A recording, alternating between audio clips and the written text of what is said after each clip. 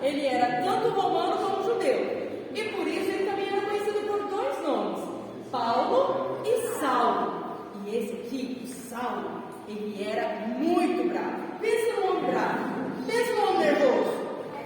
Saulo era mais.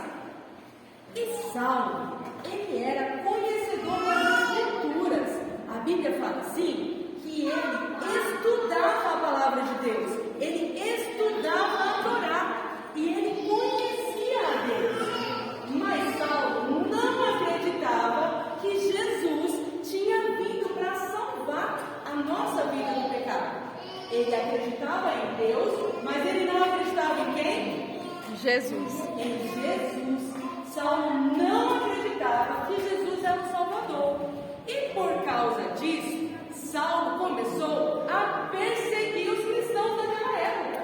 Todas as pessoas que escolheram acreditar em Jesus como Salvador se tornaram inimigos de Saulo. E Saulo começou a perseguir esses cristãos. Lembra vocês que eu falei assim que o Saulo, ele conhecia as Escrituras, mas ele não conhecia Jesus como Salvador.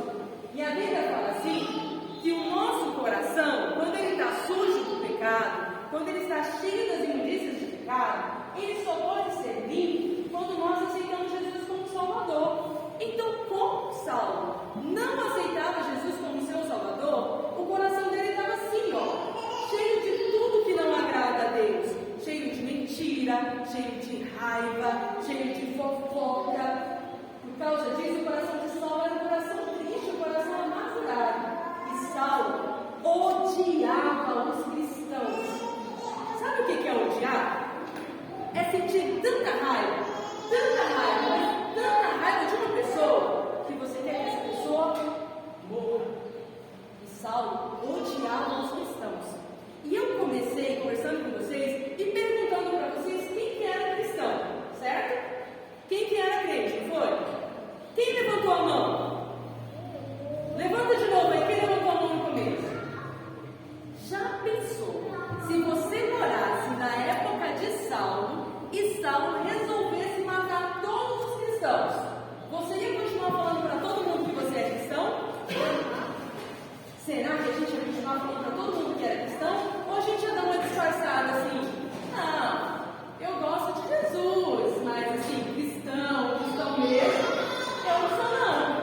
Ou será que a gente ia continuar tendo coragem de falar assim, não, eu sou cristão sim, eu amo Jesus e eu escolhi ser servo de Jesus?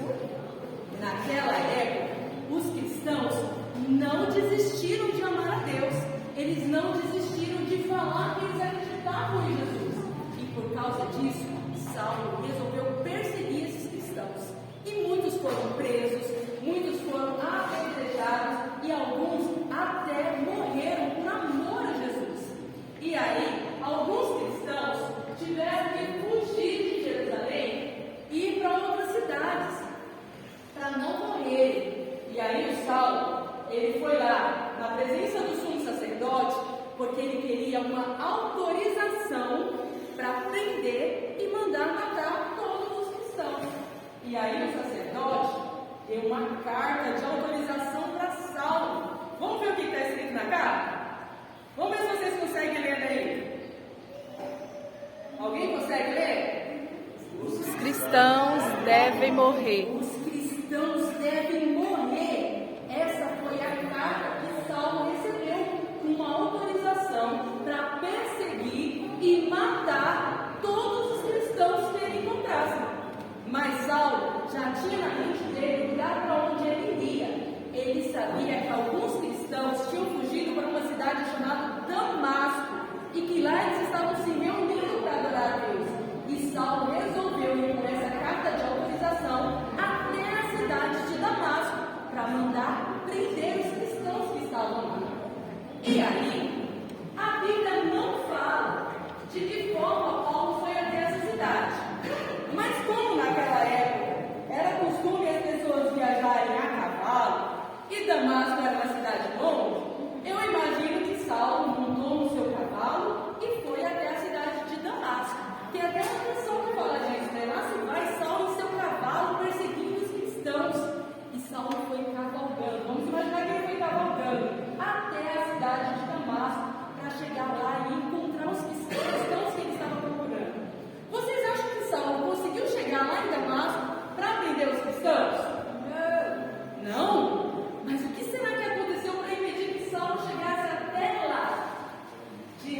cavalo A caiu. Bíblia conta assim, jogou o cavalo de volta e o cavalo caiu nessa hora.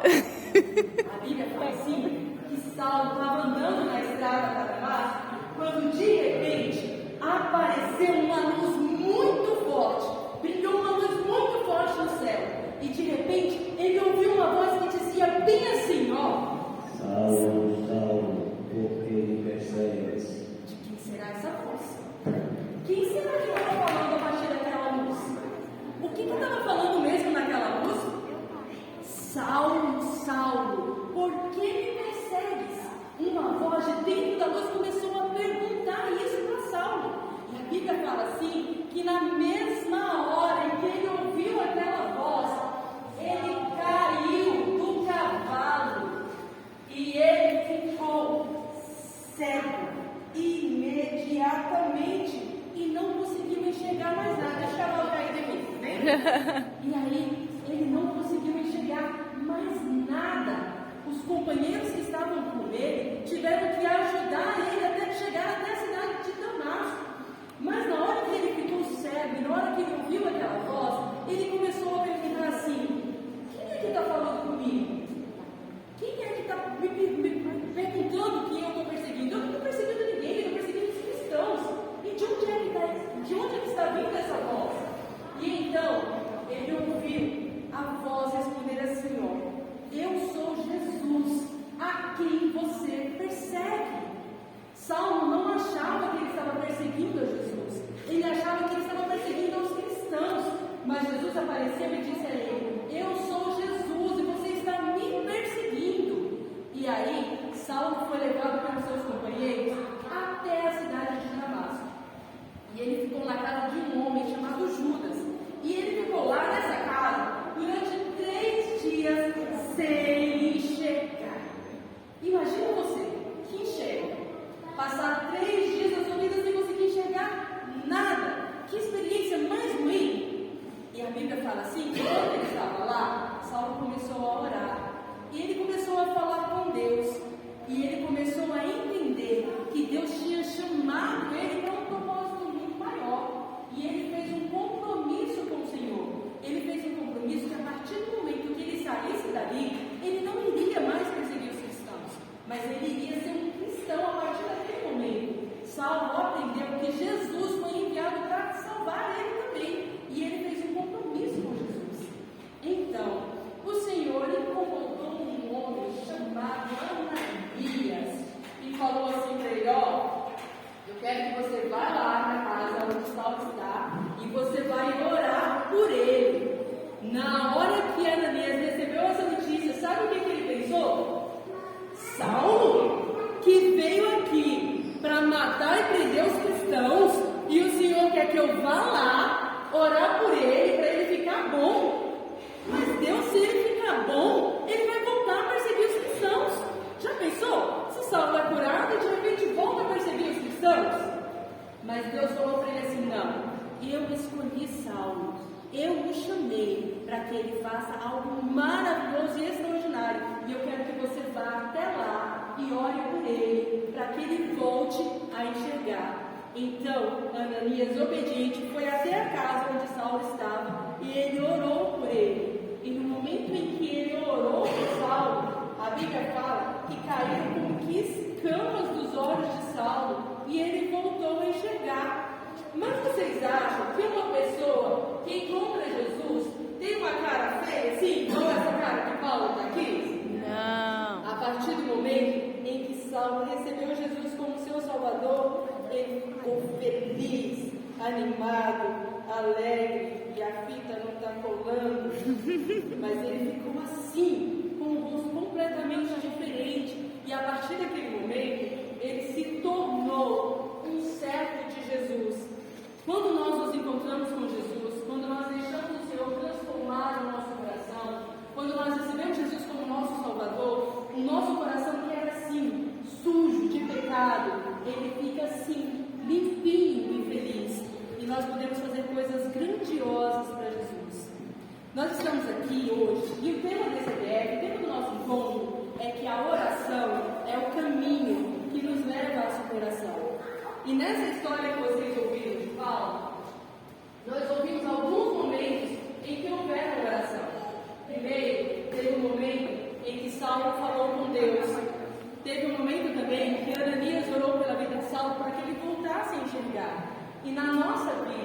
nas nossas dificuldades, todas as vezes que nós temos um problema que nós precisamos superar, nós só vamos superar esse problema através da oração.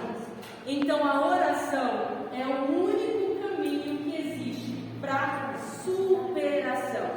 Todas as vezes que nós queremos superar as nossas dificuldades, todas as vezes que nós queremos superar os nossos medos, todas as vezes que nós queremos superar a nossa vergonha, o caminho é falar com Deus. Porque orar é isso, é falar com Deus, é contar para Ele aquilo que nós estamos sentindo e pedir ajuda a Ele. Então, todas as vezes que você precisar de solução para algum problema, o que você vai fazer? Orar. Você vai orar. Lembra do hino que nós cantamos? O que foi que você veio fazer aqui? Você veio falar com Deus. Você veio dizer para Deus que você pertence a Ele, que você é dele e que Ele é seu. Então, na sua oração, diga isso ao Senhor. Senhor, eu sou teu. O Senhor é o meu dono. O Senhor cuida de todas as coisas da minha vida. E esse é o caminho para nós superarmos todas as dificuldades na nossa vida. Amém? Amém. Todos vocês entenderam? A oração é o caminho para nós superarmos as nossas dificuldades. Nós vamos cantar daqui a pouco, mas antes eu quero fazer uma pergunta para você. No início da nossa guerra, eu perguntei assim: todo mundo aqui é cristão? Todo mundo aqui é crente?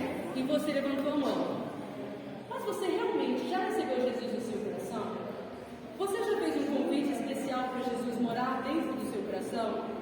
Você já disse para Jesus que você quer ser filho dele? Se você ainda não fez isso, você pode fazer isso hoje à tarde. Você pode convidar Jesus para morar no seu coração, para que Ele seja o seu dono, para que Ele seja dono da sua vida.